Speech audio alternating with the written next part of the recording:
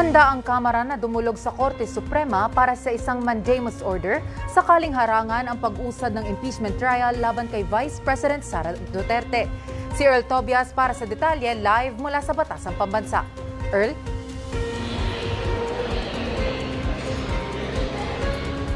Pia, mga kasama, isang abalang gabi sa inyo.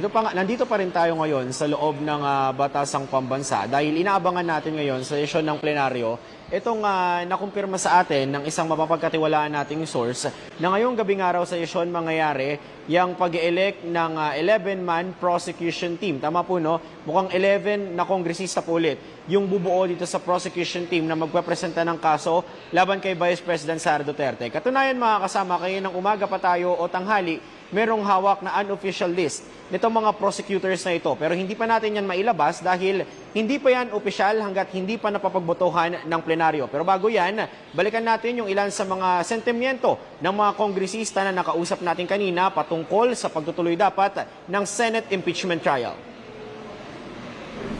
Walang choice ang Senado kundi mag-convene bilang isang Senate impeachment court. Sa kabila ng biglaang pagpapalit ng liderato sa Senado, binigyang diin ni House Good Government Committee Chairperson Joel Chua at House Senior Deputy Minority Leader Laila De Lima na hindi dapat maapektuhan ang obligasyon ng Senado na mag-convene bilang impeachment court.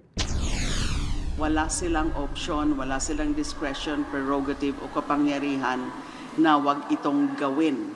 So dapat gawin nila yan. Walaan nila sa lugar at sa konstitusyon na kailangang pagbotohan pa ng Senado kung dapat ba nilang litisin o hindi si Vice President Sara Duterte.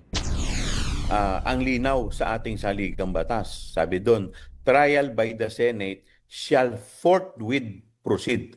So yung word shall ang ginamit, ibig sabihin mandatory, hindi ito optional. Wala sa kamay nila kung mamimili sila na itutuloy nila o hindi. Ang nag-uutos sa kanila ay walang iba kung hindi ang saligang batas. Pero kung dadaanin daw ito sa botohan ng Senado at magtagumpay ang mga humaharang sa impeachment trial, handa ang Kamarang dumulog sa Korte Suprema para sa isang mandamus order. So, they did that. Change of leadership. Ano pang ibig sabihin noon?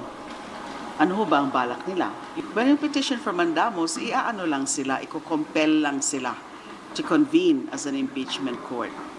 Yun po ang ibig sabihin ng petition for mandamus. Malinaw rin anilang paninira at pilit na pagpatay sa isyu ng impeachment ang anilay imbentong naratibo ng suhulan kapalit ng impeachment vote sa Kamara.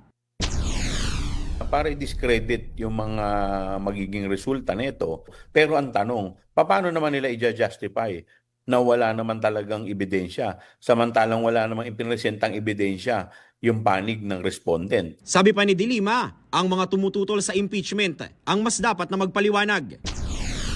Haka-haka lang yan, spekulasyon lang yan, at paninira na naman yan sa House of Representatives. Sila dapat ang may pananagutan.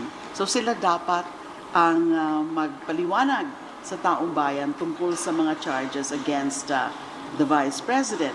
Hindi yung binabaliktad.